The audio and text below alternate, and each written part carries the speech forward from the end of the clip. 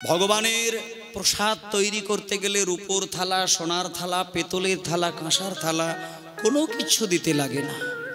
ভগবান সেই দিন প্রতিজ্ঞা করেছিলেন যে আগামী কলিযুগে আমি যখন গৌর হরি রূপে জন্ম নেব, আমাকে কিছুই দিতে হবে না, শুধু মাটির মালসায় যদি কেউ প্রসাদ দেয় আমি সেই প্রসাদ হাত বাড়িয়ে গ্রহণ করে নেব।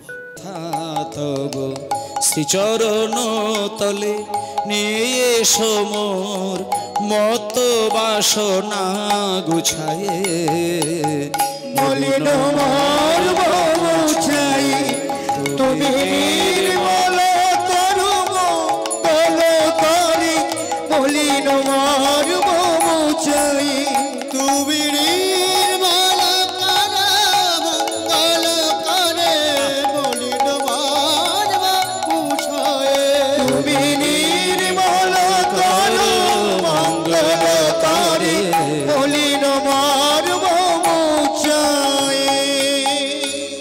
নিতাই গৌর হরি বল, গৌর হরি বল, গৌর হরি বল। সুদামা আর কুচিলা দেবী দুই স্বামী স্ত্রী কুড়ি ঘরের মধ্যে দিন রাত ভগবানের নাম করেন, ভিক্ষা করেন, ভগবানের উদ্দেশ্যে প্রসাদ দেন, সেই প্রসাদকে দিন রাত্রি কাটায়, দিনে দিনে দিনে দিনে দিন কাটায়। কিন্তু মায়েরা, সংসারের অভাব, সংসারের দুঃখ প্রত্যেকটি স্ত্রী স্বামীর ভালোবাসায় কিন্তু মেনে নেয়। জমি জায়গা বিক্রি হয়ে গেছে, বাড়ি বিক্রি হয়ে গেছে, সোনাদানা বিক্রি হয়ে গেছে, সুদামা স্ত্রী কিন্তু এগুলো কিন্তু মনে করে না। স্বামীর ভালোবাসা পেলে প্রত্যেকটি পতিব্রতা নারী এগুলোকে মেনে নেয়। কিন্তু আজকে সুদামা স্ত্রী অভাব দুঃখটাকে মেনে নিয়েছেন শুধুমাত্র সুদামার ভালোবাসায় ভুলে গিয়ে। সুদামা স্ত্রী সুদামাকে একদিন বলছেন, স্বামী আমি যে এই কুড়ে ঘরের মধ্যে দিন কাটাচ্ছি, এতে করে যেন আপনি কিছু মনে করবেন না যে আমি হয়তো অভাবের জ্বালায় হয়তো কষ্ট পাচ্ছি। স্বামী একটা কথা আপনাকে বলি, যে সংসারে শান্তি বিরাজ করে সেই সংসারের অভাব কিচ্ছু এসে যাবে না, কিচ্ছুই এসে যাবে না। যেখানে শান্তি থাকে সেখানে টাকার অভাব, গাড়ি বাড়ির অভাব কোনো কিছুতেই কিছুই এসে যায় না। পান্তা খেয়ে দিন কাটায়, মুড়ি খেয়ে দিন কাটায়, ফেনা ভাত খেয়ে দিন কাটায়। তাতে করে সুদামার স্ত্রী কুচেলা দেবী কোনোদিন কোনোক্ষণে একটা বারও কিন্তু স্বামীকে কোনো বাজে ভাষায় কথা তো বলেই না, কটু দৃষ্টিতেও কোনোদিন স্বামীর দিকে তাকায় না। কিন্তু মা শোনে, ফ্যান খেয়ে দিন কাটাচ্ছে, মুড়ি খেয়ে জল খেয়ে রাত্রির কাটাচ্ছে, পান্তা খেয়ে দিন কাটাচ্ছে, সুদামা স্ত্রী তাতে কোনো কিছুই কষ্ট পায় না। কিন্তু মায়েরা একটা কথা বলি, প্রত্যেকটি নারী জাতি স্বামীর ভালোবাসায় সবকিছুকেই কিন্তু মেনে নেয়, একটা জিনিসকে কিন্তু কোনো নারী কোনো মেয়ে মানতে পারেন না। অভাব মেনে নিতে পারবে, গাড়ি বাড়ির অভাব মেনে নেয়, খাওয়া দাওয়ার অভাব মেনে নেয়, কিন্তু একটা অভাব কিন্তু কোনো নারী মানতে পারেন না। সুদামা স্ত্রী কোনোদিন স্বামীর চোখে চোখ রেখে কথা বলে না, কিন্তু আজকে সুদামার স্ত্রী একটুখানি মাথাটা গরম হয়ে গেল। হঠাৎ দেখলেন যে শাড়িটা পরে পাড়ার মানুষদের কাছে দাঁড়াতে হয়, হঠাৎ একদিন কুচেলা দেবী সেই শাড়িটা পরতে গিয়ে দেখলেন শাড়ির কিছু কিছু জায়গায় ছিদ্র হয়ে গেছে। একই শাড়ি দিনের পর দিন, মাসের পর মাস পরতে পরতে শত শত জায়গায় ছিদ্র হয়ে গেছে। সেই শাড়িটা যখন সুদামা স্ত্রী কুচেলা দেবী পরতে যায়, লজ্জাটাকে ভালো করে ঢাকতেই পারল না। যখন এই দিকটা ঢাকতে যায় দেখা যাবে অঙ্গের আরেকটা দিক আলগা হয়ে যায়। ভালো করে জড়িয়ে শাড়ি পরতে গিয়ে দেখছে শাড়িটা পরতে গিয়ে অঙ্গটাকে পরিষ্কারভাবে ঢাকা যাচ্ছে না। যেদিনকে ওই ছেঁড়া শাড়িটা পরে সুদামা স্ত্রী পাড়ায় বার হতে যাবে, সেদিন সুদামা স্ত্রী একটুখানি রেগে উঠলেন। এতদিন কিন্তু সুদামা স্ত্রী কোনো কথা বললেন না। সুদামা স্ত্রী আজকে ছেঁড়া শাড়িটাকে পরে সুদামার কাছে গিয়ে বললেন, স্বামী স্বামী, আমি একটা কথা জেনেছি যে দ্বারকার যিনি কৃষ্ণ, তিনি নাকি দ্বারকার রাজা। আর যেহেতু কৃষ্ণ দ্বারকার রাজা, রাজার কাছে তো টাকা পয়সা সোনাদানার কোনো অভাব নেই। কোনো ভিখারি যদি রাজার কাছে গিয়ে হাত পাতে, আমি যতটুকু জানি রাজা তাকে ফেরায় না। তা স্বামী, এটাও কিন্তু জেনেছি ওই দ্বারকার যে রাজা কৃষ্ণ, ও নাকি আপনার ছোটবেলার বন্ধু।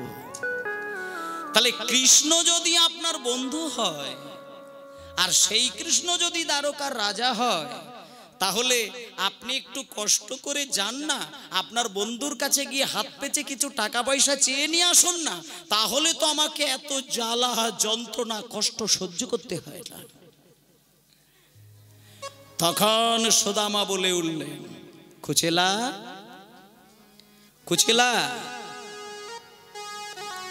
তুমি বোধহয় জানো না, ছোট্টবেলায় বৃন্দাবনে আমি আর কৃষ্ণ যখন খেলা খেলতাম, মা আমাকে দামি দামি সোনার জিনিসগুলো অঙ্গে ঝুলিয়ে দিয়ে সাজিয়ে দিয়ে আমাকে গোষ্ঠে পাঠিয়ে দিত। আর সেই কৃষ্ণকে আমি এত ভালোবাসতাম, যখন পাকা ফল পেড়ে নিয়ে আমি তার মুখে তুলে দিতাম, সে যখন সেই পাকা ফলটা চিবিয়ে চিবিয়ে খেত, তার ওই মুখের এঁঠো ফলটা খাওয়ার জন্য আমার শরীরের সোনার গয়নাগুলো আমি তাকে খুলে দিতাম।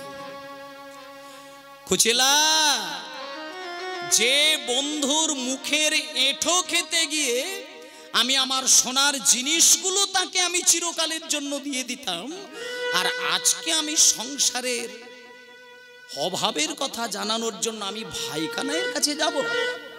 কুচেলা, আমি যদি না খেতে পেয়ে মরেও যাই, আমি আমার ভাই কানাইয়ের কাছে হাত পাততে পারবো না। যাই বলো কুচেলা, আমি কিছুতেই এ কথা পারবো না মানতে। এবার বুদ্ধিমতী কুচেলা তো শোনেন মায়েরা, যে স্ত্রী সত্যি ভেতর থেকে স্বামীকে ভালোবাসেন, সেই স্ত্রী হঠাৎ করে স্বামীকে যদি ব্যথা দিয়ে কোনো একটা কথা বলেও ফেলে, স্বামী যদি সেই কথা শুনে ব্যথা পায়, স্বামী ব্যথা পেয়ে যতটুকু কান্নাকাটি করে, তার থেকে স্ত্রী কিন্তু বেশি কান্নাকাটি করে। যে স্ত্রী স্বামীকে ভালোবাসে, স্বামীর দুঃখ কিন্তু মেনে নিতে পারে না। কুচেলা দেবী কথাটা বলতে গিয়ে যখন দেখলো যে স্বামী একটু মনে মনে কষ্ট পেয়েছে, বুদ্ধিমতী কুচেলা কথাটাকে ঘুরিয়ে দিলেন, স্বামী আপনি কিছু মনে করবেন না, আসলে না আপনাকে আমি ওই কষ্ট দেওয়ার জন্য কিন্তু কথাটা বলিনি। আমি আপনাকে আসলে এই কারণেই বলতে চাইছিলাম যে আপনি অনেকগুলো বছর হয়ে গেল আপনার বন্ধুর মুখটা আপনি দেখেননি। সেই ছোট্টবেলায় আপনি আপনার বন্ধুকে হারিয়েছেন। শুনেছি অনেকগুলো বছর আপনি ভাই কানাইকে দেখেননি। আর যেহেতু আমি আপনার স্ত্রী, আপনার পাশে পাশেই থাকি, আমি আপনাকে দেখে বুঝতে পারি আপনার মনটা চঞ্চল হয়ে উঠেছে। তাই জন্য কয়েকটা দিনের জন্য শুধু আপনার ভাই কানাইকে দেখে চলে আসুন। না না, অভাবের কথা বলতে হবে না, আপনি সংসারের কোনো অভাবের কথা আপনি বলবেন না। আপনার বন্ধু যদি নিজে থেকেও জিজ্ঞেস করে, আপনি কিন্তু বলবেন আমি খুব সুখে আছি, শান্তিতে আছি, ভালো আছি, আমার কোনো অভাব নেই। তা স্বামী, আমি কিন্তু একটা জিনিস জানি, সংসারে লক্ষ অভাব থাকতে পারে, শান্তি যে সংসারে থাকবে, অভাব তার কিছুই এসে যাবে না। তাই স্বামী আপনি চলে যান। সুদামা এই কথা শুনে বলে উঠলেন, কুচেলা এইটা তুমি খুব ভালো কথা বলেছ। আমিও কিন্তু এই কয়েকটা দিন জানি না কেন এরকম হচ্ছে, হঠাৎ করে রাত্রিতে আমার ঘুমটা ভেঙে যাচ্ছে, আর ভাই কানাইয়ের জন্য আমার বুকের ভেতরটা যেন খা খা করে উঠছে। স্বামী কবে যাবেন? যাব তো, কিন্তু আবার কিন্তু কি, আবার কিন্তু কি, আপনি এক্ষুনি বেরিয়ে যান। সুদামা বলছে, কুচেলা এক্ষুনি বেরিয়ে যান বললেই তো বেরিয়ে যাওয়া যায় না কুচেলা। শোনো, ঘন ঘন কোনো ব্যক্তি যদি কোনো তার আত্মীয় বাড়িতে যায়, ঘন ঘন কোনো বন্ধু যদি তার বন্ধুর বাড়িতে যায়, ঘন ঘন গেলে, প্রতিনিয়ত গেলে, তাকে কিছু না নিয়ে গেলেও কিছু এসে যায় না। কিন্তু 10 বছর ছাড়া 20 বছর ছাড়া কোনো আত্মীয় যদি কোনো আত্মীয় বাড়িতে যায়, হাতে কোনো কিছু না নিয়ে গেলে ভদ্রতা থাকে কি? তাই জন্য কুচেলা, আমি অনেকগুলো বছর আমার ভাই কানাইকে আমি দেখিনি, তা এতগুলো বছর পরে আমি যদি আমার ভাই কানাইয়ের কাছে গিয়ে দেখা দিই, কিছু যদি না নিয়ে যায়, আমার সম্মান থাকবে কি? তাই কুচেলা, যদি কিছু এনে দিতে আমায় পারো পায়,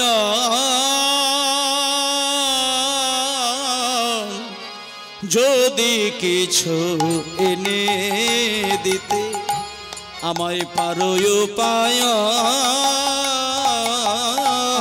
যদি কিছু তাই গৌর আনন্দ হরিব আমায় পারো পায়, যদি কিছু এনে দিতে আমায় পারো পায়, আরে তবে সে করিতে পারি দ্বারকায় গমন কুচেলা, তবে সে করিতে পারি দ্বারকায় গমন কুচেলা, তবে সে করিতে পারি দ্বারকায় গমন কুচেলা, তবে সে করিতে পারি দ্বারকায় গমন। দাঁড়া, সুদামা তার স্ত্রীকে বললেন, কুচেলা যদি কিছু এনে দিতে পারো উপায়ন, উপায়ন মানে হচ্ছে উপহার, তুমি যদি আমার ভাই কানাইয়ের জন্য কোনো কিছু একটা উপহার নিয়ে এসে দিতে পারো, আমার আর যেতে কোনো অসুবিধে নেই। কোনো উপহার আমাকে দিতে পারবে আমার বন্ধুর জন্য? তখন কুচেলা দেবী বলছেন, স্বামী, যে ঘরে আপনি থাকেন সেই ঘরেই তো আমি থাকি, আপনি ভিক্ষে করে যা নিয়ে আসেন, আমরা তো দুই মানুষ খেয়ে দিন আমাদের কাটে, তাহলে আপনি যা খান আমিও তাই খাই, আপনি যা চিন্তা করেন আমিও সেই চিন্তাই করি, আপনি যে বাড়িতে থাকেন আমিও সেই বাড়িতেই থাকি, তাহলে আপনার বন্ধুর জন্য আমি আলাদা করে কি এনে দেব স্বামী? আর তাছাড়া আপনার বন্ধু কোথায় রাজা আর আমরা পথের ভিখারি?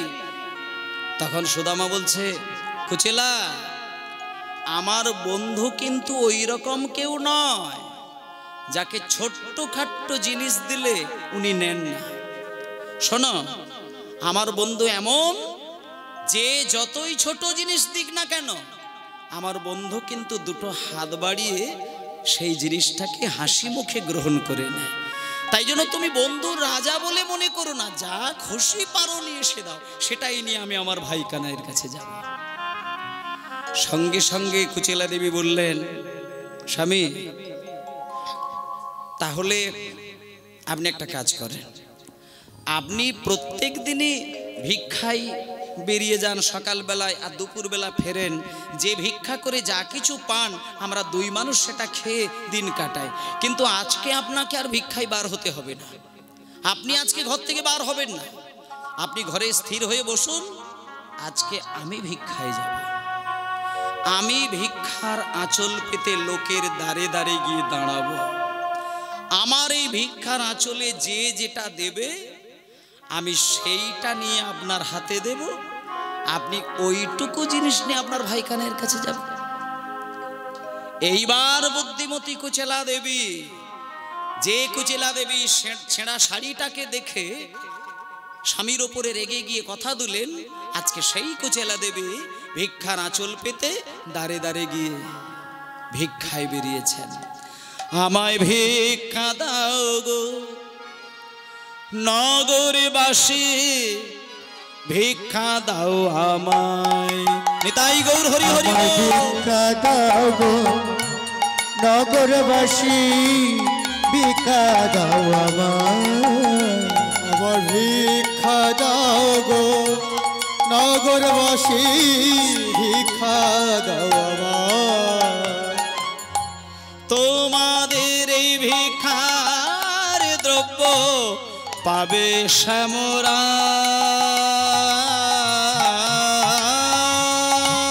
তোমাদের ভিক্ষার দ্রব্য পাবে শ্যামরা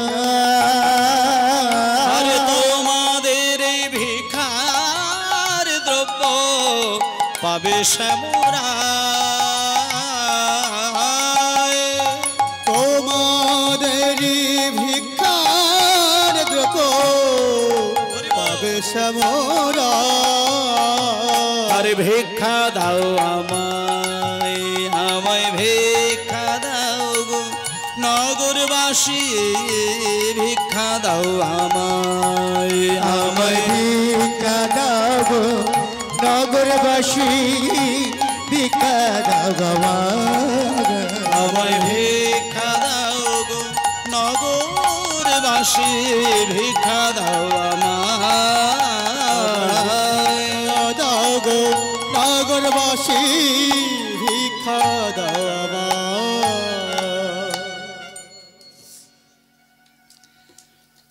গ্রামে পূর্ব পাড়ায় সুদামার স্ত্রী কুচিলা দেবী ভিক্ষায় বেরিয়েছে। পূর্ব দিকের পাড়ায় যত যত যত যত বাড়িগুলো ছিল, প্রথম যে বাড়িটাই প্রথম ঢুকলো সুদামা স্ত্রী কুচিলা দেবী দরজার কাছে গিয়ে যেই ভিক্ষার ঝুলিটা বাড়িয়ে বলল ভিক্ষা দাও, সেই বাড়ি থেকে একজন মা বেরিয়ে এসে বললেন, ও বউটা, হ্যাঁ গো তোমাকে তো দেখে দেখে দেখে মনে হচ্ছে তুমি তো সুদামা স্ত্রী বলে মনে হয়। তা সুদামা রোজ ভিক্ষা করে, তুমি তার স্ত্রী হয়ে আজকে বেরিয়েছো, মানে তোমার স্বামীর কি কোনো শরীর খারাপ হয়েছে নাকি গো? তখন কুচিলা দেবী বলছেন, না গো আমার স্বামীর কোনো শরীর খারাপ নয়। আসলে একটা কথা হচ্ছে কি জানো তো, আমার স্বামী প্রত্যেক দিন আপনাদের দ্বারে দ্বারে এসে ভিক্ষা করে, এই তো এইটুকু বলে দিই, আমার স্বামী এই যে আপনাদের দ্বারে এসে ভিক্ষা করে আর আপনারা যা কিছু দিয়ে দেন ওটা আমাদের দুই মানুষের পেট চালানোর জন্য। আর আজকে যে আমি এসেছি আপনাদের দরজায়, আজকের দিনটাতে যদি আপনারা কিছু দেন আমার এই ভিক্ষার ঝুলিতে, এটা আমাদের খাওয়ার জন্য নয়, ওটা রাজা কৃষ্ণচন্দ্রের উপহার হিসেবে যাওয়ার জন্য। তাই তোমাদের এই ভিক্ষার দ্রব্য পাবে শ্যামরা। ভিক্ষার দ্রব্য পাবে শ্যামরা। আরে ভিক্ষা দাও আমায় আমায় ভিক্ষা দাও নগরবাসী ভিক্ষা দাও আমায় ভিক্ষা দাও গো নগরবাসী ভিক্ষা দাও আমায় ভিক্ষা দাও গো নগরবাসী ভিক্ষা দাও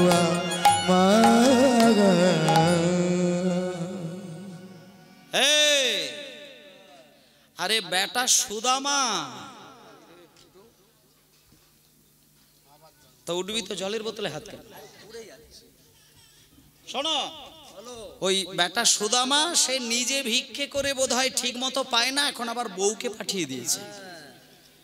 হ্যাঁ আচ্ছা, ওই সুদামা নাকি গুরুদেবের চরণ ধরে একটা কথা দিয়েছিল না, যে আমি জীবনে কোনোদিন মিথ্যে কথা বলবো না, অন্যায়ের সঙ্গে আপোষ করব না। তা যে মিথ্যে বলবে না, অন্যায়ের সঙ্গে আপোষ করবে না, সে না খেতে পেয়ে মরুক না। হ্যাঁ বউ, তাই ঠিক, বউকে কেন পাঠাবে? মিথ্যে বলনি তো না খেতে পেয়ে মরো, ওসব ভিক্ষে টিক্ষে বালাই নেই। ও বউটা, ও বউটা, আর ও কি, তোমার স্বামী যেহেতু মিথ্যে কথা বলবে না, অন্যায়ের সঙ্গে প্রশ্রয় দেবে না, সৎ পথে চলবে, সত্য কথা বলবে, তা না খেতে হবে আমার, ওসব ভিক্ষে টিক্ষে বালাই নেই, যাও বেরিয়ে যাও, এইখান থেকে বেরিয়ে যাও, পাশের ঘরে যাও। এবার সুদামা স্ত্রীকে সরাসরি অপমান করছেন বাড়ির লোকজন বেরিয়ে এসে, কিন্তু সুদামা স্ত্রী কিন্তু ওইসব কথাতে তার কিচ্ছুই এসে যায় না, কিচ্ছু এসে যায় না। কারণ রাজা কৃষ্ণচন্দ্রের উপহারের জন্য যারা ভিক্ষায় বেরোয় তারা হাজার কিছু কটু কথাতে তাদের কিচ্ছু এসে যায় না। যে বাড়িতে ফিরিয়ে দেয় সেই বাড়ি ছেড়ে আবার অন্য বাড়িতে যায়, আবার অন্য বাড়ির লোক ফিরিয়ে দিলে আবার অন্য বাড়িতে যায়। কিন্তু মা, গ্রামের সবাই যদি অভদ্র হয়, একজন ব্যক্তি তো ভদ্র থাকবে। একটা দেশের মধ্যে সবাই যদি কাপুরুষ হয়ে জন্ম নেয়, একদিন তো একটা মহাপুরুষের তো জন্ম হবে। কিন্তু শাস্ত্র বলছে একটা গ্রাম সকলেই যদি অভদ্র ব্যক্তি হয়, একজন যদি খাঁটি ভদ্রলোক ওই গ্রামের মাটিতে জন্ম নেয়, তার জন্য গ্রামটা কিন্তু ধন্য হয়ে যায়। সেই জন্যে তখনকার দিনে বিধান ছিল, সারা গ্রামের মাঝখানে একটা ধর্মীয় স্থান থাকবে, যেখানে আধ্যাত্মিক কিছু আচরণ, পূজা অর্চনা, পাঠ চলবে, যে পূজা পাঠের দ্বারা গ্রামবাসীদের কল্যাণ হবে। আর সেই জন্য আগেকার দিনে গ্রামে একটা পীঠস্থান থাকতো।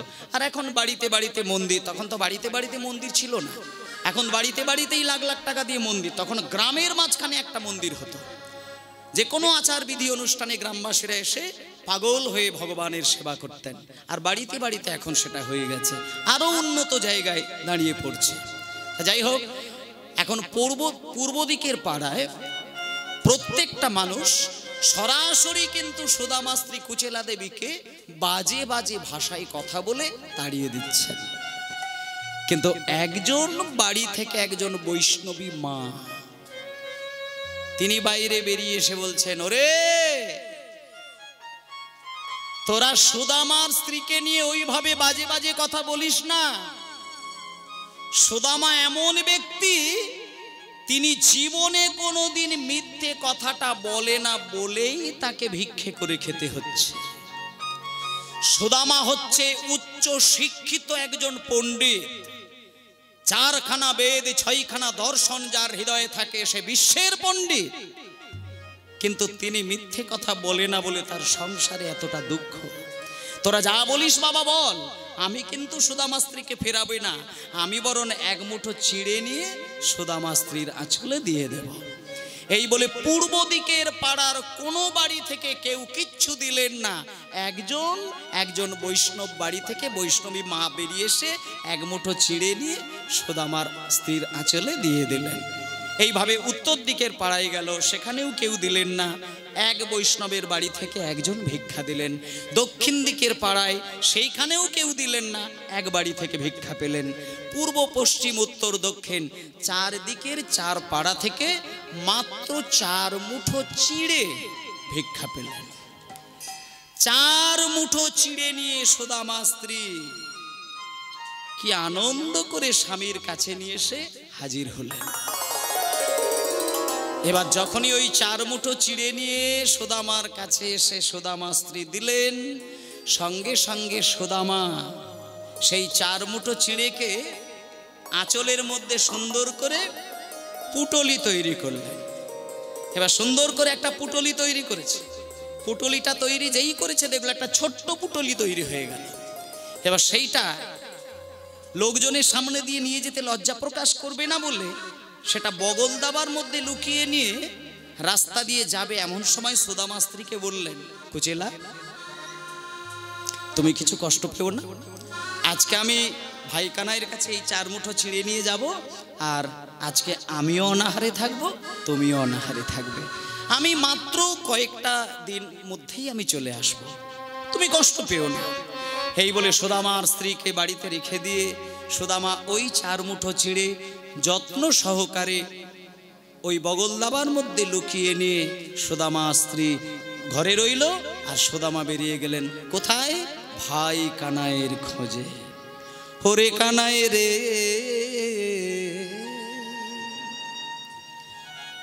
কোথায় আমার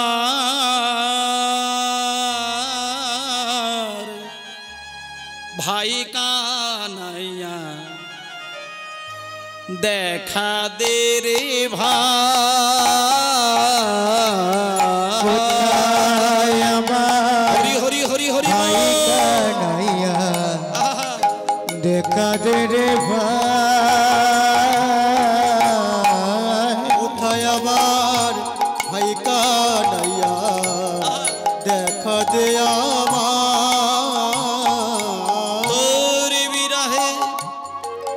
তোর বিরহে পরাণ আমার চলে যেতে চায়, তোর বিরহে পরাণ আমার চলে যেতে চায়, তোর বিরহে পরাণ আমার চলে যেতে চায়, যেতে চায়। দেখা দে আমায় বলে, কোথায় আমার ভাই কানাইয়া, দেখা দে রে ভাই, কোথায় আমার ভাই কানাইয়া, দেখা দে রে ভাই, আমার ভাই কানাইয়া, দেখা দে রে ভাই।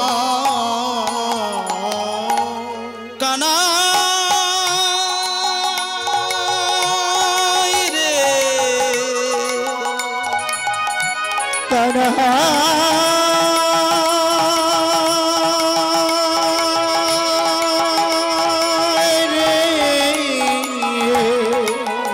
কানাই, দেখব রে তোর মধুর হাসি, আর শোনব রে তোর মোহন বাসি, রে তোর মধুর ঘাসি, শুনব রে তোর মঘন বাসি, কথায় কইব প্রেম প্রকাশী, কথা কইব প্রেম কাশি, আর কথা কইব প্রেম আমি প্রকাশী, কথা কইব প্রেম প্রকাশী, প্রাণ জোড়াবে ভাই, দেখা দে আমায় বলি, কোথায় আমার ভাই কানাইয়া, দেখা দে রে ভাই, কোথায় আমার ভাই কানাইয়া, দেখা দে, দেখা দে রে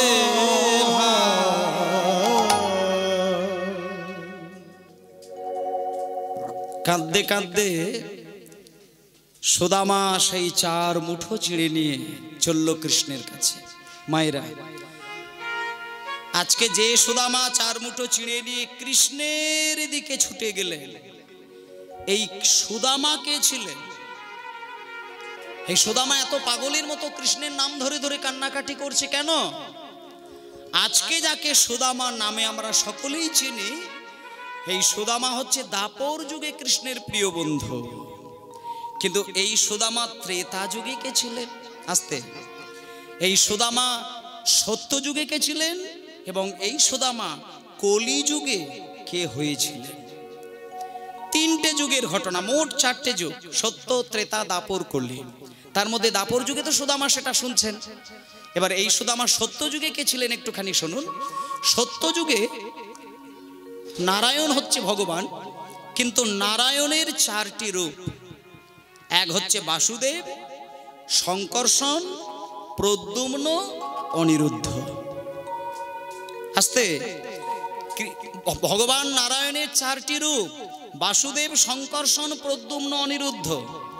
এবার ওই সত্য যুগের যে 4টি নারায়ণ, মানে 4টে নারায়ণকে একই দেখতে, 4 জনেরই 4টে হাত, 4 জনেই বিষ্ণু, 4 জনেরই হাতে শঙ্খচক্র গদা পদ্ম, শুধু তাদের নামটা ছিল আলাদা আলাদা, বাসুদেব, শঙ্কর্ষণ, প্রদ্যুম্ন, অনিরুদ্ধ।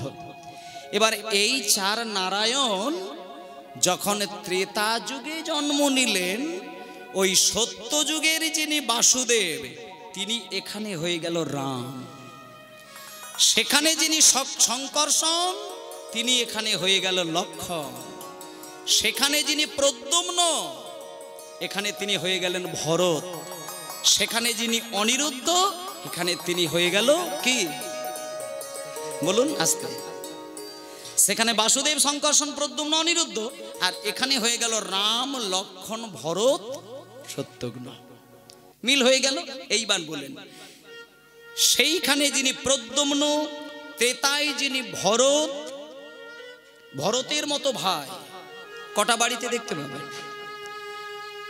অনেক সময় বাড়িতে বাড়িতে দেখা যায় না যে দাদা ভাইয়ে ভাইয়ে ভাইয়ে ভাই একটা সমিষ্ট সম্পর্ক রয়েছে, দাদা ভাইয়ের সঙ্গে মধুর সম্পর্ক। ভরতের মতো ভাই যদি কোনো দাদার ভাগ্যে আসে, কোটি কোটি জন্মের তপস্যার ফল থাকলে তবে ভরতের মতো একটা ভাইকে পায়। রামচন্দ্রের সৎ এক মায়ের পেটের ভাই তো নয়, রামের মা হচ্ছে কৌশল্যা আর ভরতের মা কইকেয়ী। তাহলে ভরতের মতো ভাই কিন্তু রাম পেয়েছে। এটা এ পৃথিবীতে এমন কোনো ভাইকে দেখাতে পারবেন না যেটা রামের সঙ্গে ভরতের যে সম্পর্কটা ছিল। রামের যখন বনবাস হয় সেই সময় ভরত কিন্তু বাড়িতে ছিলেন না, ভরত মামার বাড়িতে ছিল। ভরত যদি ওই জায়গায় উপস্থিত থাকতেন তাহলে কিন্তু রামের বনবাসটাই হতো না। যখন রাম বনে চলে যাবে 14টা বছরের জন্যে, সেদিন ভরত বাড়িতে ছিল না।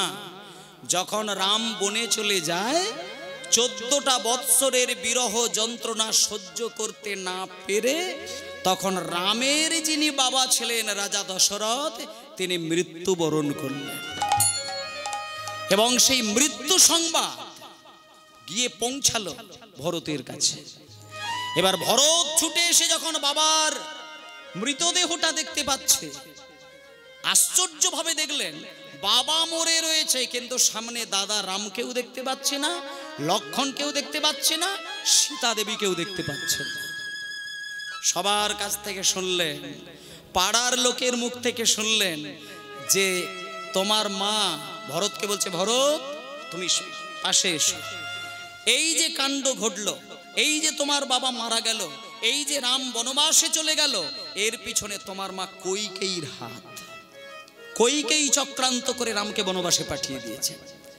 তখন ভরত গিয়ে সোজা কইকেয়ীর কাছে গেলেন। ভরতের মা কিন্তু কইকেয়ী। ভরত কইকেয়ীর কাছে গিয়ে বলছে, মা তোমাকে মা বলতে আমার ঘেন্না করে। মা মা আমার দাদা রাম তিনি রাজা হবেন, আমি তার ভাই ভরত, কত আনন্দের বিষয়। তা না তুমি চক্রান্ত করে দাদাকে তুমি বনে পাঠিয়ে দিয়েছো। তুমি ভেবেছো দাদা রাম দাদা রাজা হবে না, তোমার ছেলে ভরত রাজা হবে। মা শোনো মা, ইতিহাস তোমাকে কোনো দিন ক্ষমা করবে না।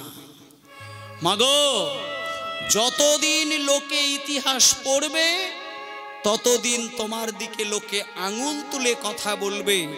এই রকম সৎ মা এই পৃথিবীতে কোনো বাড়িতে যেন না আসে। তা মা, তোমার ছেলে ভরত রাজা হবে, তুমি আনন্দে নাচানাচি করবে। আমি ভরত হয়ে কথা দিলাম, এই মনোবাচ্ছা তোমায় পূর্ণ হতে দেব না। আমি ছুটে গিয়ে রামকে রাজা করব। এই বলে মায়েরা, ভরত কিন্তু মায়ের মনোবাসনা পূর্ণ হতে দেবেন না বলে ছুটে গিয়ে ভরদ্বাজ মুনির আশ্রমে গিয়ে রামচন্দ্রের কাছে গিয়ে রামকে কেঁদে কেঁদে বললেন, দাদা তুমি চলো, আমি ভরত আমি তোমাকে জোর করে নিয়ে গিয়ে রাজা করাবো, আমি আমার মায়ের আশা পূরণ হতে দেব না। ভরত যা কিছু বলার বলে ফেলল। শেষে রামচন্দ্র ভরতের হাত দুটো তুলে দাঁড় করিয়ে বলছে, ভাই, এই ভাই, আমি তোর দাদা, তুই আমার ছোট ভাই। শোন, আমি বাবার 2 চরণ ছুঁয়ে কথা দিয়েছি, আমি 14 বৎসর বনে থাকবো, কোথাও যাব না। ভাই রে, তোর যদি রাজা হতে না ইচ্ছে হয় তুই হবি না, কিন্তু আমি কিন্তু বনবাস ছেড়ে যাব না। আমাকে তুই নিয়ে যেতে পারবি না, তুই চলে যা। আমি তোর দাদা, আমি সত্যবদ্ধ, আমি বাবার চরণ ধরে কথা দিয়েছি। আমি যদি মিথ্যে কথা বলি, আমি যদি কথার খেলাপ করি, পরবর্তী সূর্য বংশে যত রাজা হবে সবাই মিথ্যেবাদী হয়ে যাবে। আমি যাব না, তুই চলে যা। মানে ভরত যাই বলুক না কেন, রাম কিন্তু আসার জন্য কোনো কথাই দিলেন না।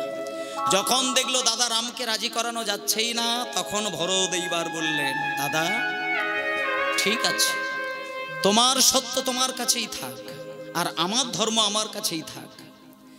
শুধু তোমার পাদুকা দুটি আমার মাথায় দাও, আমি পাদুকা দুটি মাথায় নিয়ে গিয়ে আমি রাজা হব। কিন্তু রাজ সিংহাসনে কিন্তু আমি কোনোদিন বসবো না। তোমার পাদুকা দুটি সিংহাসনে বসিয়ে ওই পাদুকার মর্যাদা হিসেবে আমি মাটিতে আসন বিছিয়ে আমি রাজত্ব শাসন করে যাব। তাই মায়েরা আপনারা জানেন, ভরত কিন্তু রাজা হয়েছিল বটে, কিন্তু কোনোদিন সিংহাসনে কিন্তু বসেননি।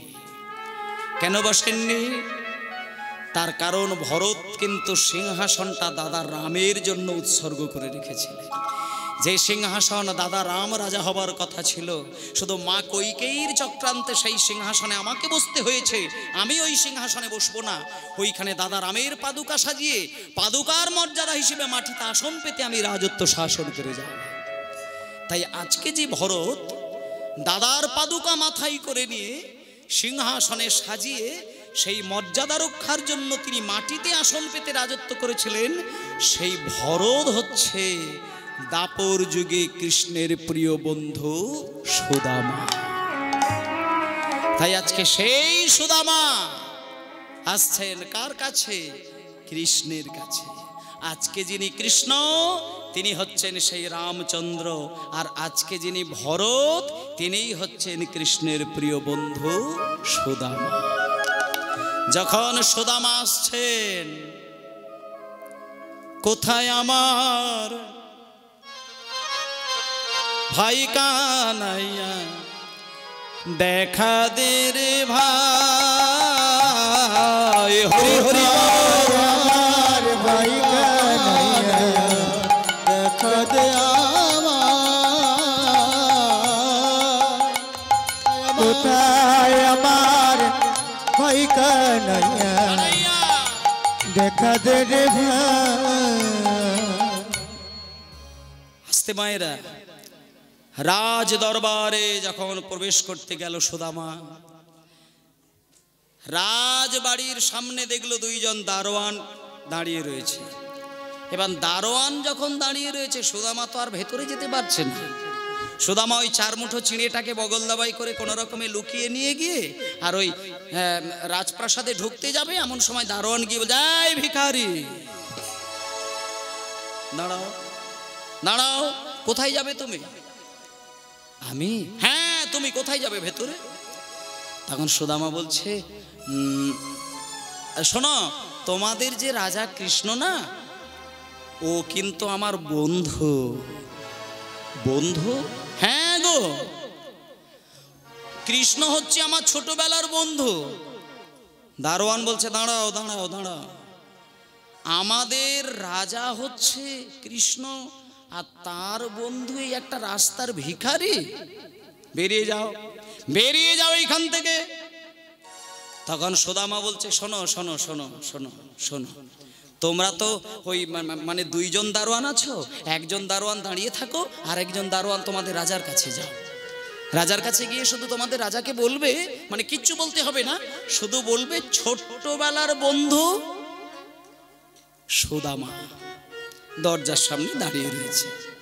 এবার যেই বলেছে ছোটবেলার বন্ধু সুদামা, সঙ্গে সঙ্গে দারোয়ান গিয়ে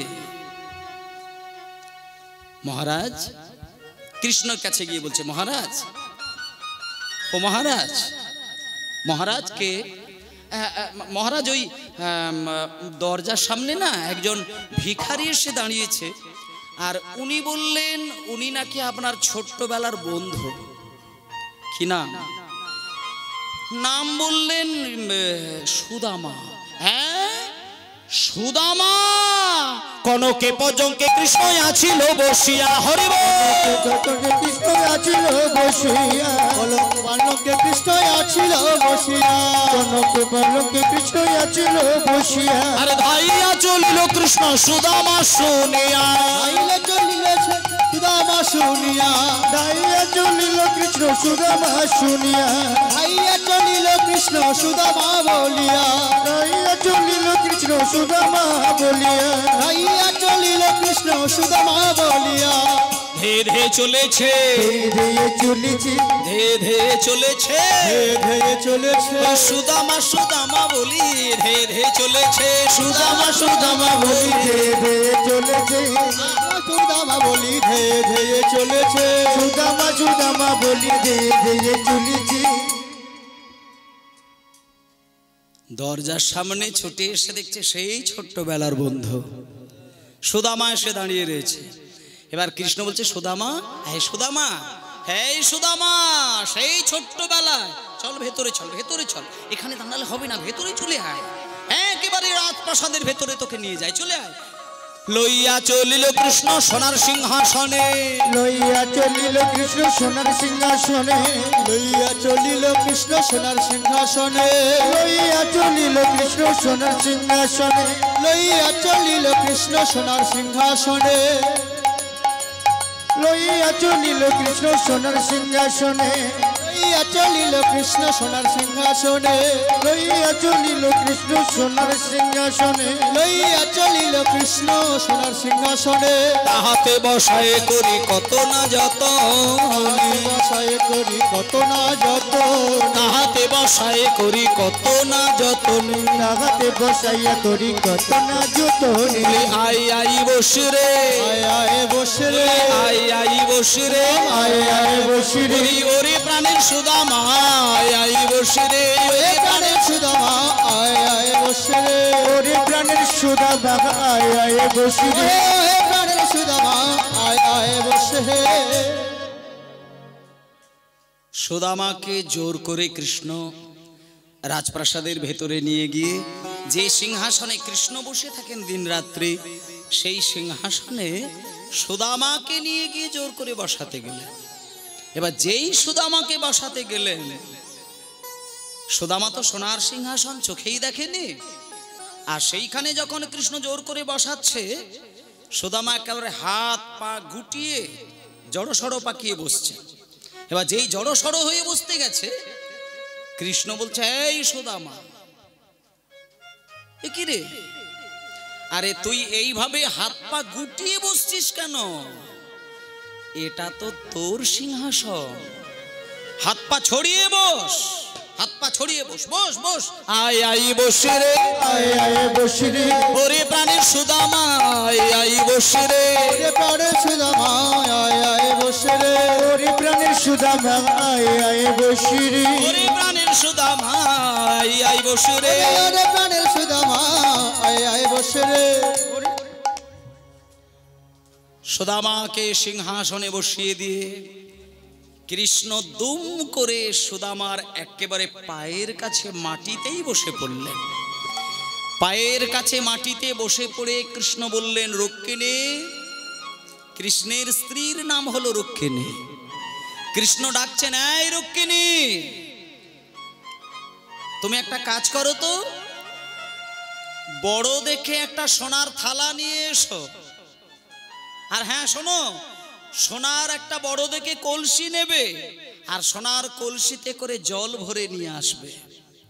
এইবার কৃষ্ণচন্দ্র আমার সোনার থালাটি রুক্মিণীর হাত থেকে নিয়ে মাটিতে রাখলেন।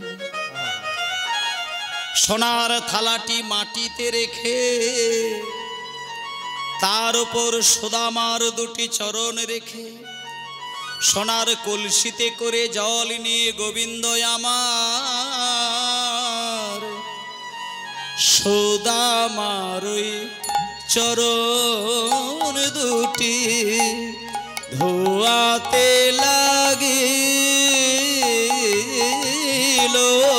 সুদামার চরণ দুটি ধোয়াতে লাগিল, ভক্তি ভরে চরণ জল পান করিল। হরি হরি ভক্তি ভরে চরণ জল পান করি, আর ভক্তি ভরে সেই চরণ জল কৃষ্ণ পান করিল।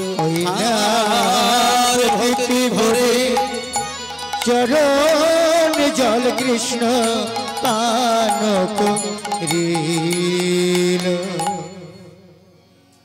সোনার থালাটি মাটিতে বসিয়ে তার উপর সুদামার দুটি চরণ বসিয়ে কৃষ্ণ নিজ হাতে সোনার কলসিতে করে জল ঢেলে ঢেলে সুদামার পা পরিষ্কার করে দিলেন এবং সুদামার চরণ ধৌত করা জল কৃষ্ণ নিজ হাতে ধরে নিয়ে পান করতে গেলেন। আর যখনই সুদামার চরণ ধৌত করা জল পান করতে গেছে, পাশেই দাঁড়িয়েছিল কৃষ্ণের স্ত্রীগণ, রুক্মিণী, সত্যভামা আদি সকল স্ত্রীগণ। তারা ছুটে গিয়ে কৃষ্ণের হাতটা ধরলেন। স্বামী, এ কি আপনি সুদামার ওই চরণ ধোয়া জল পান করে নিচ্ছেন? শোনেন, আমরা সবাই আপনার স্ত্রী, আপনি সুদামার চরণ ধৌত করা জল পান করছেন, করুন, কিন্তু আমাদের জন্য একটু চরণামৃত রেখে দিও, চরণামৃত রেখে দিও, আমাদের চরণামৃত একটু রেখে দিও, একটু চরণামৃত রেখে দিও। আমরা তো আপনার সহধর্মিণী, চরণামৃত রেখে দিও, আমরা তো আপনার সহধর্মিণী, একটু চরণামৃত রেখে দিও। সুদামার পা ধোয়া জল, চরণ ধৌত করা জল কৃষ্ণ নিজে পান করলেন এবং রুক্মিণী, সত্যভামা আদি সকল স্ত্রীগণ সেই সুদামার চরণ ধৌত করা জল পান করলেন। এইবার কৃষ্ণ বলছেন, সুদামা, হে সুদামা, শোন, যখন আমি গুরুর কাছ থেকে বিদায় নিলাম, তুইও গুরুর কাছ থেকে বিদায় নিলি, গুরুর চরণে দক্ষিণা দান করেছিলি। কারণ একটা কথা তোকে জানতে হবে সুদামা, গুরুর কাছ থেকে বিদ্যা বুদ্ধি অর্জন করে গুরুকে যদি দক্ষিণা না ঠিক মতো দেওয়া হয়, গুরুর বিদ্যা বুদ্ধি কিন্তু জগতে কোনোদিন কোনো শুভ কাজ দেয় না। তা সুদামা, তুই যে গুরুর কাছ থেকে বিদায় নিয়েছিলি, তা তুই সময় মতো গিয়ে দক্ষিণা দান করেছিলি? তখন সুদামা বলছে, এই কানাই, তোকেও সব কিছুই বলতে হবে না। তুই যেমন গুরুর কাছ থেকে বিদায় নিয়ে চলে আসলি, আমিও বিদায় বেলায় আমি গুরুর কাছে দক্ষিণা দান করেই বাড়িতে এসেছিলাম। ও ঠিক আছে, তাহলে এইবার শোন সুদামা, তুই যেহেতু আমার প্রাণের বন্ধু আর আমিও তো তোর ছোট্টবেলার প্রাণের বন্ধু, তা তোকে একটা জিনিস আমি জিজ্ঞেস করব, বৃন্দাবন থেকে এতগুলো বছর পরে আমার কাছে আসলি, আচ্ছা সুদামা, আমার জন্য তুই কোনো কিছু খাবার আনিসনি? কারণ বৃন্দাবনে যতগুলো দিন আমি তোর সঙ্গে খেলা খেলেছি, তুই প্রত্যেক দিন কিন্তু আমার জন্য মায়ের কাছ থেকে কিছু না কিছু কিন্তু খাবার আমার জন্য আনতিস।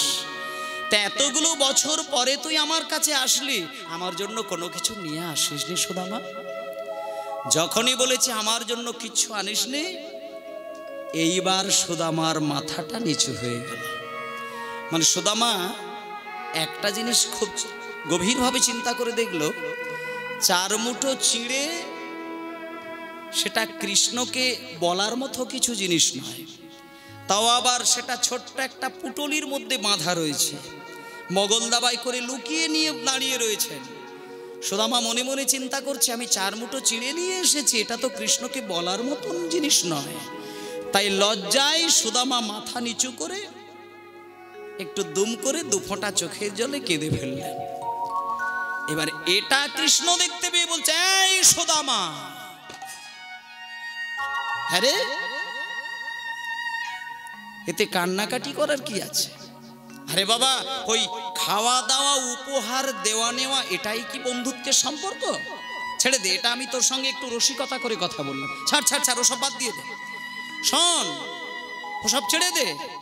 এতক্ষণ আমি তোর সঙ্গে অনেক কথা বলে আসলাম, কিন্তু তোর সঙ্গে আমার এখনো বাহু দুটি বাড়িয়ে আলিঙ্গন করে বুকে টেনে নেওয়া হয়নি। আই সুদামা, আমরা দুজনে একটু আলিঙ্গন করে নিই। এবার যখনই আলিঙ্গনের কথা বলতে গেছেন, সুদামা মনে মনে চিন্তা করছেন, কৃষ্ণ যদি আমাকে আলিঙ্গন করার জন্য হাত দুটো সামনের দিকে বাড়িয়ে দেয়, তা আমি তো আর হাতটাকে ঝুলিয়ে রাখতে পারি না।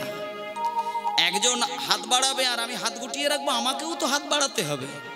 আর আমি যদি হাতটা এইভাবে তুলতে যাই, আমার যে চিড়ের পুটলিটা রয়েছে, সঙ্গে সঙ্গে সুদামা কথাটাকে ঘুরিয়ে দিলেন। কানাই, আমি বলছিলাম কি, অনেক দূর থেকে হাঁটাহাঁটি করে এসেছে, তা আলিঙ্গন করার দরকার নেই কানাই, পরে আলিঙ্গন করতে হবে, এখন তুই কথা বলছিস বল। কৃষ্ণ বলছে, হাঁটাহাঁটি করে এসেছিস মানে তোকে সারা জীবন হাঁটাহাঁটি করতে হবে, তা বলে কি আলিঙ্গন করব না?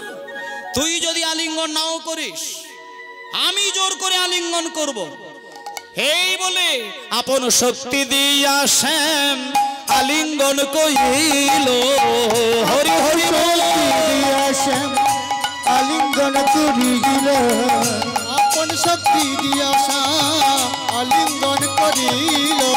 আরে আপন শক্তি দিয়া শ্যাম আলিঙ্গন কইল, আপন শক্তি দিয়া শ্যাম আলিঙ্গন করিল, আপন শক্তি দিয়া শ্যাম আলিঙ্গন করিল। চিড়ার পুটলি ভূমে, চিড়ার পুটলি ভূমে, ওই চিড়ার পুটলি ভূমে পড়িয়া যে গেল। চিড়ার পুটলি ভূমে পড়িয়া যে গেল, চিড়ার পুটলি ভূমে পড়িয়া যে গেল। জোর করে যখন কৃষ্ণ বাহু দুটো বাড়িয়ে আলিঙ্গন করতে গেলে, সুদামা নিজেকে স্থির রাখতে না পেরে যেই দুটো বাহু তুলে কৃষ্ণকে আলিঙ্গন করতে গেছে, সঙ্গে সঙ্গে চিড়ের পুটলিটা দুম করে কৃষ্ণের সামনে মাটিতে পড়ে গেল। এইবার কৃষ্ণ বলছে, সুদামা, এই সুদামা, সেই জন্য আমি মনে মনে ভাবলাম, যে ছেলে সারাটা জীবন ধরে বেদ পাঠ করে তার আবার এই ছোট্ট ভুলটা হয়? তুই সারা জীবন বেদ পাঠ করলি, আর কৃষ্ণের কাছে আসতে গেলে যে কিছু নিয়ে আসতে হয়, এটা তো তোর ভুল করার কথা নয়, এটা আমি ভাবছিলাম। হ্যাঁ সুদামা, তুই ভুল করতে পারিস না, তোর ওই পুটলির ভেতরে কি আছে দেখি একবার। এই বলে কৃষ্ণ জোর করে টেনে নিয়ে যেইলা পুটলিটা দেখতে গেল, দেখলো পুটলির ভেতরে এই এত কোটা চিড়ে জোর করে বাঁধা রয়েছে। এবার যেই চিড়ের পুটলিটা খুলে দেখতে গেছে, দেখলো ও মা, শুধু যে চিড়ে রয়েছে তা না, চিড়েগুলো হালকা হালকা করে জলের ছিটে দিয়ে হালকা করে নরম করে রাখা রয়েছে। তখন কৃষ্ণ সুদামাকে বলছে, সুদামা, তুই আমাকে এত ভালোবাসিস, এতটাই ভালোবাসিস, যখন আমি শান্তিপুনি মুনির আশ্রমে দুইজনে লেখাপড়া শিখছিলাম, শান্তিপুনি মুনি আমাদেরকে গভীর জঙ্গলে জ্বালানি কাঠ নিয়ে আসার জন্য পাঠিয়েছিলেন। তুইও গেলি, আমিও গেলাম। আর হঠাৎ গভীর জঙ্গলে প্রচণ্ড ঝড়, বৃষ্টি, বর্ষাঘাত উঠেছিল, তোর মনে আছে? তখন তুই ছুটে এসে আমাকে উবুর করে আগলে ধরেছিলি। আমি নিচে শুয়েছিলাম, তুই আমাকে উবুর করে আগলে, ছোট্ট ছোট্ট শিলাবৃষ্টি, ডালপালা, ঝড় হচ্ছে, তুই আঘাত সহ্য করলি, কিন্তু আমাকে তুই কোনো আঘাত লাগতে দিলি না। তুই সেই দিন থেকে আমাকে বুঝিয়েছিলি তুই আমায় কত ভালোবাসিস। ঝড় হচ্ছে, ডাল ভেঙে পড়ছে, তোর গায়ে পড়ছে, কিন্তু আমাকে তুই কোনো ব্যথা বোঝাতে দিস না। ছোট্ট ছোট্ট শিলাবৃষ্টি হচ্ছে, তোর গায়ের ওপরে পড়ছে, কিন্তু আমার গায়ে তুই কোনো আঘাত লাগতে দিস না। আর আজকে তুই ভাবনা চিন্তা করে দেখলি, যেহেতু আমি রাজা হয়েছি, রাজা হলেই রাজাকে যখন কেউ দেখতে আসে, দামি দামি মিষ্টি নিয়ে আসে, আর সেই হাজার লোকের নিয়ে আসা মিষ্টি খেতে খেতে আমার মুখের স্বাদ পাল্টে গেছে বলে তুই সেটা চিড়ে নিয়ে এসেছিস আমার মুখের স্বাদ ফেরানোর জন্য।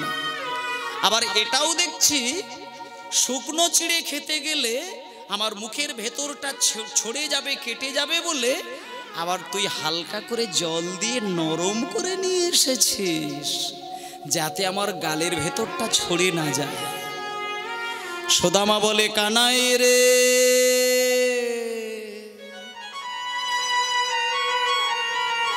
সত্যি কথা বলতে কি আমি তো চিঁড়ে ভিজিয়ে আনি নাই, তবে এই চিঁড়ে ভিজলো কেমন করে জানো? এই যে ভিক্ষা করা চিঁড়ে আমার স্ত্রী কুচেলা চার দ্বারে গিয়ে 4 মুঠো ভিক্ষা করেছিল এই চিঁড়ে। এই 4 মুঠো চিঁড়ে যখন আমার স্ত্রীর হাত থেকে আমার হাতে নিলাম, আর যখন ওই 4 মুঠো চিঁড়ে নিয়ে আমি তোর কাছে আনবো এই কথা মনে মনে ভাবলাম, তখন আমার মনে হলো যে বদনে ক্ষীর সর ছানা ননি মাখন তুলে দিতে মা যশোদার হাত কেঁপে যেত, যে বদনে পাকা পাকা ফল তুলে দিতে শ্রীদাম সুদামের হাত দুলে যেত, সেই বদনে আমি শুকনো চিঁড়ে কেমন করে দেব? এই কথাগুলো আমি ভাবতে ভাবতে আমার চোখের জলে চিঁড়ে ভিজে গিয়েছে। হরি হরি চিঁড়ে ভিজে গিয়েছে, কেমন করে দেব বদনে চোখের জল চিঁড়ে ভিজে গিয়েছে। আমি কেমন করে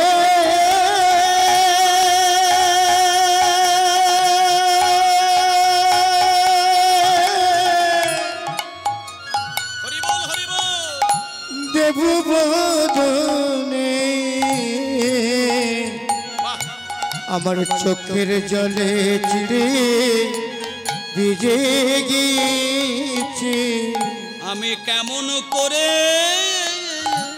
দেব বদনে, যে বদনে ননি তুলে দিতে করে কেঁপে যায়। হরি বদন ননি তুলে দিতে করে কেঁপে যায়। কেমন করে দেব বদনে চোখের জলে ভিজে গিয়েছে। কৃষ্ণ বলছেন, সুদামা তাতে তুই একেবারেই দুঃখ করিস না।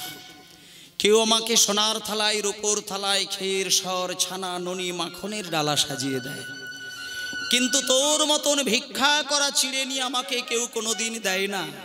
তাই ওরে সুদামা রে, আমি তোর এই চোখের জলে ভেজানো চিঁড়ের 1 মুঠো চিঁড়ে আমি মুখে তুলে দিলাম।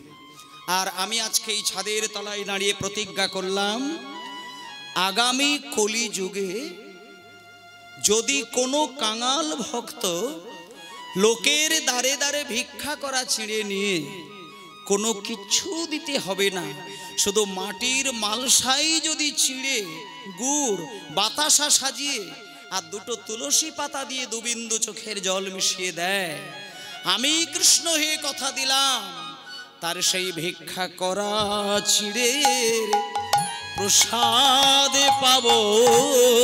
হরি হরি প্রসাদ পাবো, এই ভিক্ষা করা চিঁড়ে প্রসাদ পাবো, করা চিঁড়ে প্রসাদ পাবো।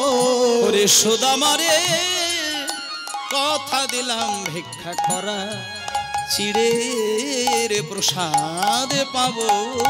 ওরে সুদামা রে,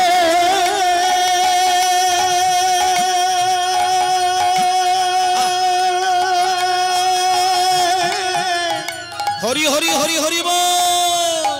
তোরে কথা দিলাম ভিক্ষা করা চিঁড়ে প্রসাদ পাবো। সেই থেকে কলিযুগে ভগবানের প্রসাদ তৈরি করতে গেলে রূপোর থালা, সোনার থালা, পেতলের থালা, কাঁসার থালা কোনো কিছু দিতে লাগে না।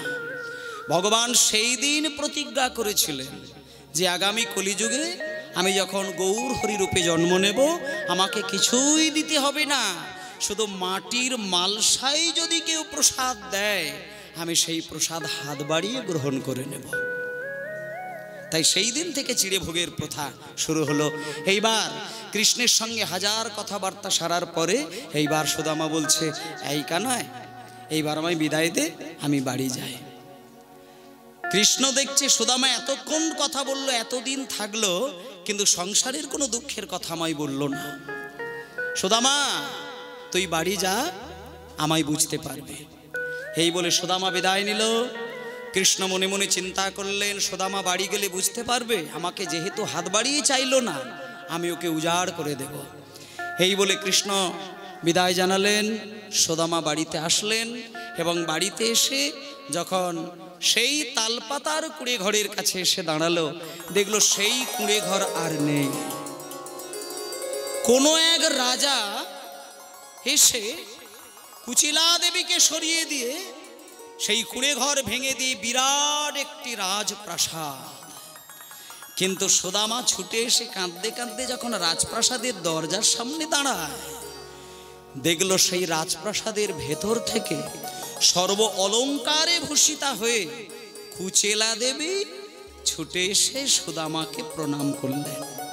সুদামা বললেন, এ কি কুচেলা, এটা কার রাজপ্রাসাদ? তখন কুচেলা দেবী বললেন, স্বামী, যেদিনকে আপনি আমাকে রেখে দিয়ে আপনার ভাই কানাইয়ের কাছে গেলেন, ঠিক তার কয়েকটা দিন পরেই স্বয়ং বিশ্বকর্মা এসে এত বড় রাজপ্রাসাদ তৈরি করে দিলেন। স্বয়ং কুবের এসে আমাকে ধনরত্ন উজাড় করে দিলেন, আর মা লক্ষ্মী দেবী এসে আমাকে সর্ব অলঙ্কারে ভূষিতা করে দিলেন। তখন সুদামা বুঝতে পারলেন, চোখ বন্ধ করে কৃষ্ণের দিকে তাকিয়ে বললেন, ওরে সখারে, এইবার আমি বুঝতে পারলাম তুই আমাকে সর্বস্ব ধনরত্ন দিয়ে আমাকে ভুলিয়ে রাখতে চাইছিস, কিন্তু তুই আমায় চিনিস না সখা। প্রেম মৈত্রী হোগে আমার জনমে জনমে, প্রেম মৈত্রী হোগে আমার জনমে জনমে, হরি হরি হরি বল আমার জনমে জনমে।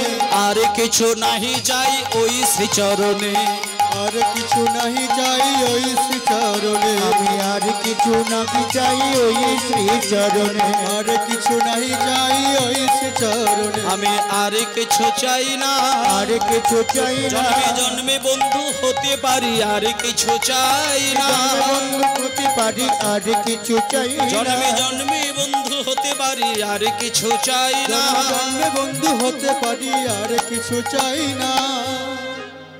তাই সেই সুদামা চারটি যুগে শুধু কেঁদেছিলেন কৃষ্ণের সঙ্গে বন্ধুত্ব করার জন্য। সত্য যুগে চার নারায়ণের মধ্যে একজন, ত্রেতা যুগে চার ভাইয়ের মধ্যে একজন, দাপরে বন্ধুদের মধ্যে একজন সুদামা, আর কলি যুগে দ্বাদশ গোপালের মধ্যে এক গোপাল, যার নাম হলো সুন্দরানন্দ পণ্ডিত, যার যশোর জেলায় এখনো তার আশ্রমটি রয়েছে। যশোর জেলায় সুন্দরানন্দ পণ্ডিতের আশ্রম এখনো রয়েছে বাংলাদেশে, আপনারা গেলে তার প্রমাণ দেখতে পাবেন। এবং চার যুগের সেই সুদামার অবতার আমরা আজকে লীলার মধ্যে জানতে পারলাম। আজকে সেই সুন্দরানন্দ পণ্ডিত, আপনারা যদি কোনোদিন যশোর জেলায় গিয়ে সেই আশ্রমটি লক্ষ্য করেন, সেইখানে গিয়ে দেখবেন একটা জামির গাছ, যে জামির গাছের তলায় এই সুন্দরানন্দ পণ্ডিত একদিন কাঁদতে কাঁদতে একটা চিন্তা করেছিলেন যে এটা জামির গাছ না হয়ে যদি কদম গাছ হতো, আমি কদম ফুল পেতাম, আর সেই কদম ফুল দিয়ে আমি আমার ভাই কানাইয়ের চরণ সাজিয়ে দিতাম। যখন ব্যাকুল প্রাণে কাঁদতে কাঁদতে এই কথাটা চিন্তা করেছিলেন, দেখলেন অদ্ভুতভাবে অলৌকিকভাবে সেই জামির গাছের ডালে কতগুলো কদম ফুল ফুটেছিল। সেই কদম ফুল দিয়ে আমার সুন্দরানন্দ পণ্ডিত ভাই কানাইয়ের ভাব নিয়ে সাজিয়েছিলেন।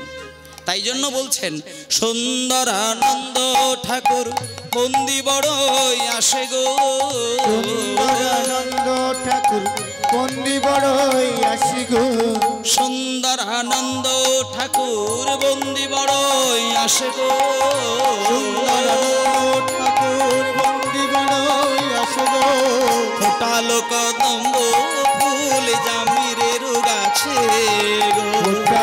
কদম্ব ফুল জামিনের গাছে গো আর ফোটালো কদম্ব ফুল জামিনের গাছে গো কালো কদম্ব ফুল জামিনের গাছে গো।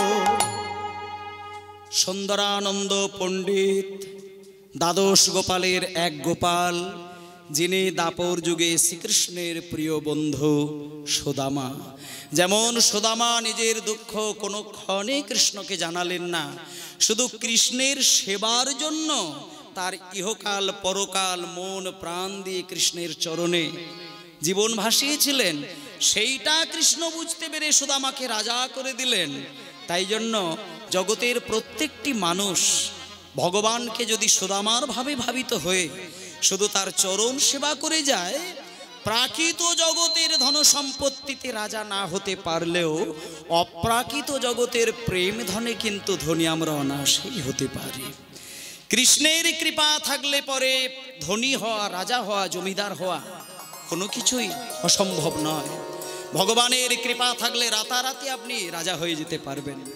কারণ ভগবান কৃষ্ণের স্বভাবটি এমন, দিনে রাতে রাজা তৈরি করে দিতে পারেন, কিন্তু তিনি কোনো দিন রাজা হতে চান না। এটাই কৃষ্ণের স্বভাব। তাই আমরা সারা জীবন সুদামার ভাবে ভাবিত হয়ে কৃষ্ণের চরণে সেবা করব, কিন্তু হাত পেতে চাইব এটা কোনোদিন করব না। যেটা সুদামার হাজার দুঃখেও কোনোদিন কৃষ্ণের কাছে হাত বাড়িয়ে চাইল না। আজকে আমরা প্রাণ ভরে দর্শন করলাম সেই অমৃতময় লীলা কাহিনী কৃষ্ণ সুদামা। সবাই মিলে আজকে বলুন, মধুময় শ্রীধাম বৃন্দাবন ধাম কি, কৃষ্ণ সুদামা কি, রাধা রানী কি, শ্যাম